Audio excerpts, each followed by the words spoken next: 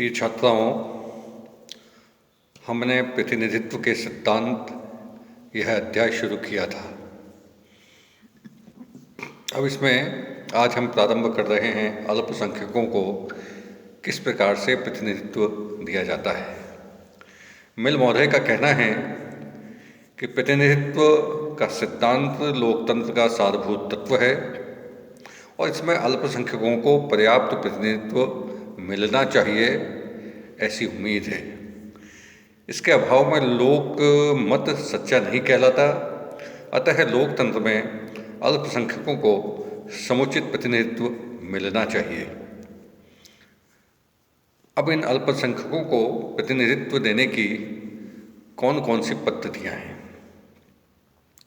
पहली पद्धति आनुपातिक प्रतिनिधित्व। इसमें 3 लक्षण हैं। नंबर 1, बहुसदस्यीय निर्वाचन क्षेत्र होता है इसमें। नंबर 2, स्पष्ट बहुमत के बजाय एक निश्चित संख्या में मत प्राप्त करने पर निर्वाचित घोषित कर दिया जाता है। नंबर 3, अल्पसंख्यकों को भी ठीक अनुपात में प्रतिनिधित्व मिलना चाहिए। अब इसकी अल्पसंख्यकों को प्रतिनिधित्व देने की 2 प्रणाली हैं। नंबर 1, एकल संक्रमणीय और नंबर 2, सूची प्रणाली। नंबर 1 में एकल संक्रमणीय है, जिसको 1851 में टॉमस हेयर ने सबसे पहले प्रतिपादित किया था और डेनमार्क के कार्ल एंड्रे द्वारा इसका पहली बार प्रयोग किया गया। इसकी कुछ प्रमुख बातें हैं। नंबर 1, एकल संक्रमणीय पद्धति के लिए बहुसदस्यीय निर्वाचन क्षेत्र आवश्यक हैं। नंबर 2, इसमें मतदाता को केवल एक मत देने का अधिकार है, लेकिन वह अन्य उम्मीदवारों के आगे अपनी पसंद लिख सकता है। नंबर 3, इसमें निर्वाचित होने के लिए मतों की निश्चित संख्या होनी चाहिए। और नंबर 4, मतगणना के समय अतिरिक्त मतों का हस्तांतरण होना चाहिए।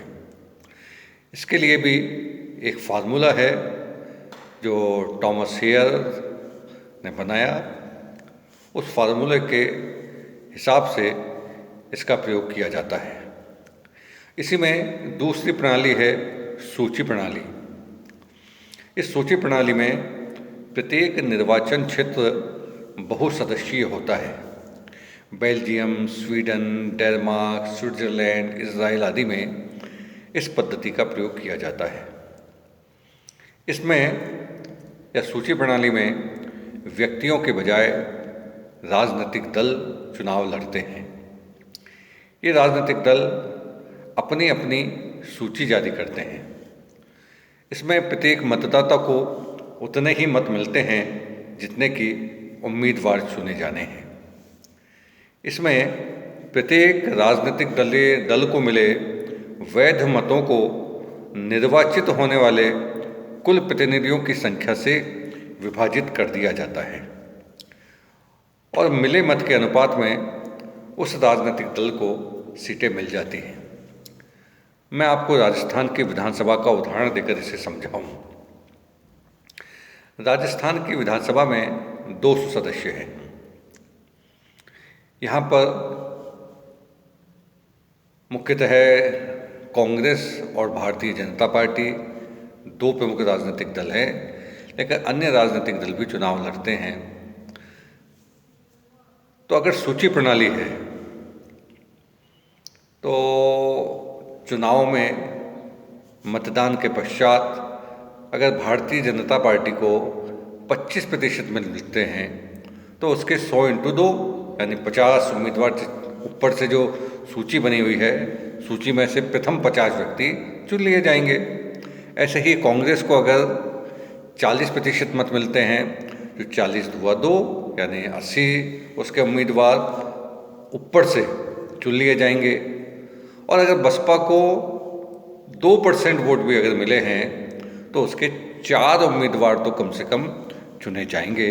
इस प्रकार सूची प्रणाली में अल्पसंख्यकों को कम मत मिलने पर भी प्रतिनिधित्व मिलना निश्चित हो जाता है। इसी में एक सीमित मतदान प्रणाली भी है। इसमें बहुसदस्यीय निर्वाचन क्षेत्र होता है, यानी एक निर्वाचन क्षेत्र से कम 3 या उससे अधिक सदस्य निर्वाचित होते हैं। जितने उम्मीदवार चुने जाने हैं, यानी जैसे अगर 5 उम्मीदवार चुने जाने हैं तो प्रत्येक मतदाता उससे एक कम यानी 4 वोट दे सकता है। इसमें केवल सुगठित अल्पसंख्यकों को ही प्रतिनिधित्व मिल पाता है। एक प्रणाली है संचित अथवा एकत्रित मतदान प्रणाली। बहुसदस्यीय निर्वाचन क्षेत्र एक क्षेत्र से इसमें होते हैं और एक व्यक्ति उतने ही मत दे सकता है जितने कि सदस्य चुने जाने हैं। इसमें मुख्य बात यह है कि चाहे तो एक व्यक्ति को ही आप सारे वोट दे सकते हैं। इस प्रणाली में अल्पसंख्यकों का समुचित प्रतिनिधित्व हो जाता है। इसी प्रकार एक है वैकल्पिक मत प्रणाली। इसमें एक सदस्यीय निर्वाचन क्षेत्र होते हैं। एक व्यक्ति एक ही मत देता है, लेकिन अपनी दूसरी तथा तीसरी पसंद अंकित कर सकता है। इसमें निर्वाचित होने के लिए किसी भी सदस्य को पूर्ण बहुमत होना आवश्यक है। इसी प्रकार एक पद्धति है पृथक निर्वाचन प्रणाली। इस पद्धति में निर्वाचन क्षेत्र धर्म और संप्रदाय के हिसाब से बटे होते हैं। इसमें उसी समुदाय के लोग वोट दे सकते हैं जिनके लिए वह निर्वाचन क्षेत्र आरक्षित किया गया है। इसे 1909 के अधिनियम में अंग्रेजों ने भारत के लोगों पर थोपा था।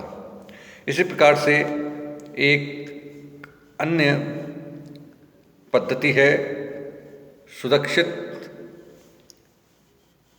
स्थानयुक्त संयुक्त निर्वाचन प्रणाली।